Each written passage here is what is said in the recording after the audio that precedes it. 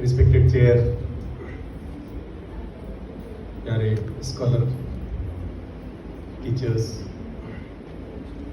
मित्रों,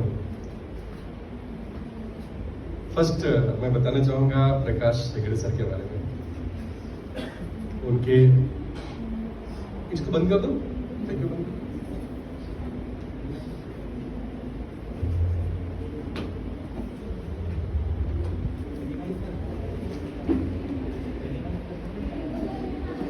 सर का जो नेटवर्क फार्माकोलॉजी, ये टॉपिक बहुत अच्छा था। आज के जो मॉडर्न आयुर्वेद के स्कॉलर्स हैं उनको इसको फॉलो करने की ज़रूरत है। खास करके मैंने 2-3 जगह जो एक देखा, त्रिफला के बारे में, एंग्लोस्टिक चूर्ण के बारे में, उसके अलावा त्रिमद, त्रिजात। मुझे लगता है ना कि बहुत सारे स्कॉलर्स भूल भी गए होंगे कि त्रिमद क्या होता है, त्रिजात क्या होता है। यदि स्कॉलर द्रव्यगुण का है तो ठीक है, अदर फैकल्टी वाला सोचने बैठेगा। तो ये जो है भूलना ये ठीक नहीं है। आंवले की बात करेंगे तो आप देखा होंगे ना कि 3 प्रकार के द्रव्य बताए गए हैं स्वस्थ हित के लिए, है ना। किंचित स्वस्थ बताया गया ना, दोष प्रशमनम, किंचित धातु प्रदूषणम, स्वस्थ वृत्तम मदम, किंचित त्रिविधम द्रव्य मुचते, आचार्य चरक ने कहा है। तो वहां पे आंवले का खास करके उल्लेख दिया सर ने वहां पे, आचार्य चरक ने, कि आंवला जो होता है यह तीनों ही जगह पे कार्य करता है। ये दोष का प्रशमन भी यानी वात, पित्त और कफ का शमन भी करता है, धातु का नरिशमेंट भी करता है, प्रदूषण बताता हूं मैं आपको, धातु का नरिशमेंट भी करता है, और यह स्वास्थ्य के लिए हितकारी भी होता है। परंतु यदि इसका अत्यधिक सेवन किया जाए, ज्यादा मात्रा में सेवन किया जाए तो अग्निमान्य उत्पन्न करता है। ये टीका में स्पष्ट रूप से उल्लेख किया गया है। यहाँ एक मान्य होती है, यानी हमें किस द्रव्य का आहार के रूप में, किस द्रव्य का औषधि के रूप में उल्लेख किया जाता है तो उसका सेवन कैसे करना चाहिए, ये हम वैद्य की जिम्मेदारी है कि हम बताएं रुग्ण को कि आप इसका उपयोग किस अवस्था में, किस मात्रा में करेंगे। क्योंकि ये सारी चीजें क्या होती हैं, व्याधि और आतुर बलापेक्षिणी होती हैं। व्याधि बल और आतुर दोनों के बल की अपेक्षा रखती है, इसलिए बहुत आवश्यक है। दूसरी बात, मैं फिर से आता हूँ नेटवर्किंग के अंतर्गत जो है, तो आपको बता दूं कि रिसर्च की अवस्थाएं इतनी नैनो टेक्नोलॉजी का उपयोग कर रही हैं कि जिसमें हमें अंदर जाना चाहिए। जैसे एग्जांपल, यदि ये कहते हैं कि पनीर जो है वो ऑस्टियोपोरोसिस को ठीक करता है, आपने थीसिस लिखी, आपका थीसिस अप्रूव भी हो गया, लेकिन आपको ही नहीं पता है कि वो पनीर जो है वो भैंस का था, ऊंटनी का था, गाय का था, भेड़ी का था, किसका था। एक बात हो गया। पनीर जिससे बनाया गया था वो दूध सुबह निकाला गया था, दोपहर में निकाला गया था, रात को निकाला गया था, ये विचारणीय है। क्योंकि सुबह का दूध होगा तो निश्चित रूप से वह थोड़ा सा क्या होगा, भारी हैवी होगा, दोपहर का दूध उससे कम हैवी होगा, शाम का लघु हो जाता है वो। तो इस प्रकार से हमें किस प्रकार की अवस्थाओं में कैसे प्रोडक्ट्स को बना करके उपयोग किया जाए और उसका किस प्रकार के व्याधि और आतुर में उपयोग किया जाए, तब जाकर के उसकी शोध की जो स्थिति होती है वो निश्चित की जाती है। दूसरी बात, डोज के बारे में भी ऐसे ही है, क्योंकि यदि डोज बराबर नहीं है, आपका डोज बराबर नहीं है तो भी दिक्कत आएगी। तीसरी बात, यदि त्रिफला आपने ले लिया, हरड़ा पहड़ा होना तो लिया, लेकिन वह कौन सी अवस्था में औषधि होती है, औषधि किसे कहते हैं, औषधयः फलपाकांतः। Is it clear? औषधयः फलपाकांतः, फल पक करके गिर जाए तब वो औषधि होती है। आपने उठाई क्या, जो आजकल मटेरियल्स यूज करते हैं लोग, क्या करते हैं, वो रॉ मटेरियल्स रहता है, छोटा वाला हो, बड़ा वाला हो, छोटी हृद की, बड़ी हृद की हो, कैसी भी हो, उनको सिर्फ औषधि को बनाने से मतलब होता है। तो जब इस प्रकार की अवस्थाएं, ऐसी बनी हुई औषधियां मार्केट में आती हैं और हम वैद्यगण उसका उपयोग करते हैं, परिणाम क्या होता है, ना के बराबर हो जाता है। तो कहते हैं कि आयुर्वेद की औषधियां धीरे धीरे, ऐसा नहीं है। एक्चुअली हम में समस्याएं हैं जिसको निकालना बहुत आवश्यक है। एनीवे, सर का जो एक टॉपिक था बहुत अच्छा था, ये आपके जो नए बैठे हुए हैं शोध छात्र उनके लिए बहुत उपयोगी है। मैं अपेक्षा करता हूं कि वो उसका पालन अवश्य करेंगे। खास करके दूष्यम, देशम, कालम, प्रकृतिम, अनलम, वयः, जो प्रकार बताए गए ना प्रकृति के, जो यानी परीक्षण की विधि बताई गई है, उसका उपयोग जरूर करें। अब हम बात करते हैं, कुछ विद्यार्थियों ने यहाँ पे शोध प्रस्तुत किए हैं, उनके बारे में बताता हूँ। यदि 5 मिनट्स में खत्म कर दूंगा मैं। Nirmala, role and benefits of, हाँ, ये है treating various medical condition case study बताया उन्होंने जलोका के बारे में। जलोका के बारे में मैंने भी काफी केसेस किए हुए हैं और डायबिटिक कोड पे तो बहुत सारा। लेकिन होता क्या है कि उसके साथ निश्चित रूप से आप पथ्य का ध्यान रखिए। पथ्य सति गदार्थस्य की मोशन निषेवणे सबको पता होगा, और पथ्य असति गदार्थस्य की मोशन निषेवणे, यानी पथ्य का पालन बहुत आवश्यक है। यानी आप देते हैं, हर स्टेज में देते हैं, उसके साथ में काउंसलिंग बहुत जरूरी है, पेशेंट की काउंसलिंग बहुत जरूरी है। अदरवाइज वो मानसिक रूप से उसको लगेगा कि हमें आपने निकाला और निकल गया, लेकिन रक्तावसिचन करने के बाद भी जो शमन औषधियां होती हैं उसका उपयोग बहुत आवश्यक है। एनीवे बहुत अच्छा टॉपिक था वो भी। दूसरा एबिकिस मर्म चिकित्सा, डॉक्टर प्रणाली चौधरी, ये टॉपिक भी काफी अच्छा हमारे अंतिम वर्माणी बताया गया। ठीक है, यहाँ पे कटिशूल pain management, no doubt sir होता है, लेकिन हमें उसके लिए उस अवस्था को भी ध्यान में रखना चाहिए कि कहाँ पे वह पेन हम औषधि के द्वारा ठीक कर सकेंगे, कहाँ वह पेन मर्म के दबाव के द्वारा, क्योंकि वो प्रेशर के ऊपर डिपेंड करता है कि आपको कहाँ प्रेशर देना। यानी फिजियोथेरेपी में आजकल खास करके प्रेशर की चिकित्सा काफी की जाती है, तो वो भी आवश्यक है। बहुत अच्छा रहा। देन शिवानी पालीवाल मैडम ने किया clinical study on the role of शोधन एंड शमन चिकित्सा, बहुत अच्छा था उनका कुष्ठ के ऊपर। सोरियासिस, देखिए शोधन और शमन के साथ साथ में वहां थोड़ी सी दैव चिकित्सा भी दी हुई है।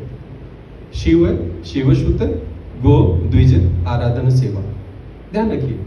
यानी वह पेशेंट आपका किस धर्म का है, किसको पालन करता है, यदि आप वहां पे काउंसलिंग करते हैं तब तो आपका पंचतिक्तगत गुगुल काम करेगा, तब तो आपका गंधक रसायन काम करेगा, आरोग्यवटी काम करेगी। अदरवाइज आप औषधियां खिला रहे हैं, औषधि खा रहा है और ठीक है आपने शोध प्रबंध यहाँ पे दिखा दिया कि हो गया, बट ये आपको स्वयं मूल्यांकन करना होगा कि वह कितना लाभकारी था, या आपने केस प्रेजेंट करने के बाद क्या कर लिया। सोरियासिस का केस ही ऐसा है, मॉडर्न साइंस कहता है अननोन कॉज है उसका, इसीलिए हमने वहां पे प्रज्ञापराध जो यूज किया हुआ, तत्र धीधृति स्मृति विभ्रष्ट यत् कर्म कुरुते अशुभम प्रज्ञापराधम विद्यात्, है कि नहीं, क्योंकि सर्वदोष प्रकोजम बताएंगे। तो ये रीजन है एक्चुअली, यदि वो प्रज्ञापराध है जाने अनजाने में, इसीलिए फैमिली हिस्ट्री ले जाती है, इसलिए पेशेंट हिस्ट्री ले जाती है। यदि वहां आता है तब जाकर के आप इसके साथ साथ शोधन शमन के साथ साथ में दैवोपाश्रित चिकित्सा का उपयोग निश्चित रूप से आपको करना चाहिए। नेक्स्ट जो है role of castor oil, castor oil भी बहुत अच्छा था, 60 ml। वो भी डिपेंड करता है वो अवस्था कैसी है, जो प्रश्विनी है उसकी अवस्था कैसी है, वह वातज है, पित्तज है, कफज है, दुंदज है, कौन सी प्रकृति की है, प्रकृति बहुत मायने रखता है। उस आधार पे आप कैस्टर ऑयल को 60 ml से 40 ml भी कर सकते हो, 30 ml भी कर सकते हो, 20 ml भी कर सकते हो। वातज है तो आपको मैक्सिमम डोज करना पड़ेगा, पित्तज है तो आपका मध्य और कफज है तो ठीक है, उस प्रकार से कैस्टर ऑयल का उपयोग आप उसमें कर सकते हैं। बहुत अच्छा टॉपिक था वो भी। Then Uma Kushwaha madam, psoriasis management same. Monika successful treatment of cervical polyp, क्षारकर में भी अच्छा था topic. Garima Sisodia, the role of virechan therapy as an Ayurvedic intervention for rheumatoid arthritis with primary rheumatoid arthritis की केसेस भी डिपेंड करते हैं। देखिए ऐसा है, रिमेटॉइड आर्थराइटिस आपको कॉज में घुसना चाहिए। कभी कभी आपको पता होगा, यदि आपने पेशेंट देखा है तो 18 साल से लेकर के 23 साल की उम्र में यदि किसी बच्चे को या किसी युवक को आर्थराइटिस होता है तो क्या हो सकता है। 18 साल से 23 साल यंग बच्चा है, बैचलर युवक है सर, और उसको आर्थराइटिस हुआ तो उसकी कॉज में जाना चाहिए। बैचलर है, मैं यूज कर रहा हूँ बार बार, हो सकता है उसकी कुछ दूसरे आदतें हो जिसकी वजह से आर्थराइटिस हुआ, क्योंकि अस्थि सारे तथा देह हम बताए ना पूरे जवाब, आभ्यंतरगत सारे था तुष्टंत पूर्वा बताया गया।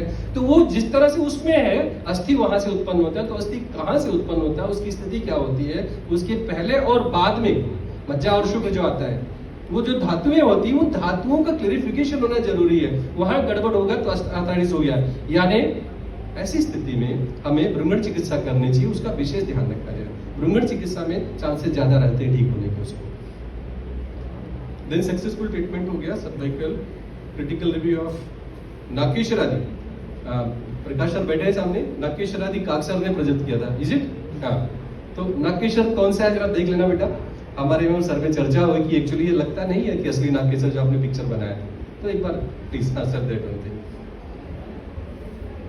देन कृति सिसोदिया, इसके बाद Priyanka exploring Durbe madam exploring the impact of neem mud pack in the acne vulgaris, बहुत बढ़िया अच्छा टॉपिक है ये। यहाँ भी वात कफ और रक्त ठीक है, क्योंकि जब नीम की बात आती है तो पित्त में यदि आप देंगे, यानी पित्त वाला एक्ने रहेगा तो निश्चित रूप से उसको सेलुलाइटिस उत्पन्न कर सकता है, बढ़ा सकता है। लेकिन चूंकि वात कफ रक्त है और आपने मड भी यूज किया है, तो ऐसी दोनों अवस्थाओं में वो निश्चित रूप से कार्य करता है। ऐसे कई केसेस मैंने किए हुए हैं। तो डिपेंड करता है, वही पीडस व्याधि और आतुर बला पीक्षित उनको ध्यान रखते हुए प्रॉपर काउंसलिंग की जाए, प्रॉपर डाइट दिया जाए, क्योंकि मात्रा व्यवृद्धम पथ्यम चन्नम न जीरयति। मात्रा पूर्वक आहार लेने के बाद भी, पथ्य आहार लेने के बाद भी वह डाइजेस्ट नहीं होता है। क्यों? चिंता, शोक, भय, क्रोध, दुख, शय्या प्रजाग रही। ये जो 5 जो साइकोलॉजिकल फैक्टर्स होते हैं उसकी वजह से, और शय्या दिन में खाना और सोना, रात में जागरण, रात में जागरण करने के लिए आपके हाथ में सारे गैजेट्स हैं, बोलने की बात ही नहीं है, मॉडर्न गैजेट्स, मोबाइल, रात्रि जागरण, ठीक है। तो ऐसी अवस्थाओं में वह चांसेस कम रहता है, हार्मोन जो इम्बैलेंसेस होते हैं, ठीक है। तो इसलिए पहले प्रॉपर स्लीप होना जरूरी है, प्रॉपर डाइट होना जरूरी है, then only you can apply all these things on that only. It was good. Okay, next is Ayushi Ayurvedic approach to treat कीटिव कुष्ठ सोरियासिस, मत्स्य शकलवत। क्लियर कट कॉन्सेप्ट दिया, मत्स्य शकलवत जो दिखाई पड़ता है, लक्षण दिखाई पड़ता है, चिलचिम का जो एक मछली होती है ना, तो उसके शक्ल स्किल्स की जैसा दिखाई पड़ता है, चमकदार चीजों घेरा हो बना हुआ, सेरेटेड लाइट थोड़ा सा रेडियस हो, वो क्या होगा? कीटिव या फिर सोरियासिस कह सकेंगे। वहां पे अननोन कॉज होता है। ऐसी स्थिति में भी आप उनको मेडिसिन देने के साथ साथ में उनका साइकोलॉजिकल काउंसलिंग कीजिए। थोड़ा भी व्यक्ति वहां डिप्रेशन में जाता है, थोड़ा भी स्ट्रेस में जाता है, यानी जहां पे उद्वेग के साथ साथ शोक, ऐसी 2 चीजें, स्ट्रेस और एंजाइटी, 2 ऐसी चीजें होती हैं जो सोरियासिस को भी डेवलप करती हैं, एक्जिमा को भी डेवलप करती हैं, और बताता हूं एक डायबिटीज को डेवलप करती हैं। कुछ नहीं, कोई रीजन नहीं है, 25 लाख का घाटा हो गया, सडन उसका इंसुलिन लेवल जो है आगे पीछे हो जाएगा। तो ये बहुत मायने रखता है हमें साइकोलॉजिकल स्थिति को भी ध्यान में रखना पेशेंट को। ओवरऑल ये सारे कंटेस्टेंट बहुत अच्छे थे। बाद में 2 मैडम लोगों ने प्रेजेंट किया, उनका नाम इसमें नहीं था, बट दोनों ही अच्छे थे। कुल मिलाकर के आज के आयोजकों को मैं धन्यवाद देना चाहूंगा, जो मुझ जैसे छोटे प्राणी को यहाँ पे आमंत्रित किया और आप लोगों के मनोबल बढ़ाने के लिए मुझे यहाँ पे स्टेज पे बुलाया। Thanks to organiser doctor Umesh Shukla ji, Ayurveda महासम्मेलन, और हमारे जितने भी आयुर्वेदिक स्टॉलर्स बैठे हैं सभी को धन्यवाद। जय हिंद, जय भारत, जय महाराष्ट्र।